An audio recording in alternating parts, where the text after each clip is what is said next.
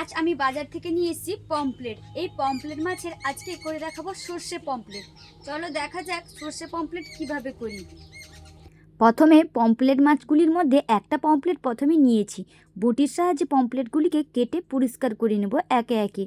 যেরকম একটা পমফ্রেট কেটেছি সেরকম প্রত্যেকটা পমফ্রেট কেটে নিতে হবে। পমফ্রেটগুলি কাটা হয়ে গেছে, এরপর ধুয়ে পরিষ্কার করে নিয়েছি।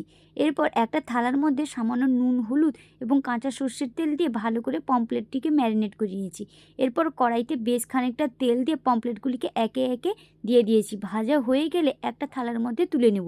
এরপর কড়াইতে সামান্য তেল দিয়ে কয়েকটি কারির পাতা এবং কাসুন্দি মেথি দিয়ে পেঁয়াজ এবং টমেটো কুচি, সামান্য লবণ দিয়ে ভালো করে মশলাটিকে কষিয়ে নেব। এরপর বাটির মধ্যে সর্ষের পেস্ট, নুন, হলুদ, লঙ্কার গুঁড়ো দিয়ে সামান্য চিনি দিয়ে মশলাটি ফুটে এলে একটু ওপর থেকে আগে থেকে ভেজে রাখা পমফ্রেটগুলি একে একে দিয়ে তৈরি হয়ে যাবে সর্ষে পমফ্রেট। এই রেসিপিটি আপনারা একবার ট্রাই করে দেখবেন, সত্যি অসাধারণ, খুব টেস্টি রেসিপি। এই রেসিপি গরম ভাত থাকলে জাস্ট জমে যাবে।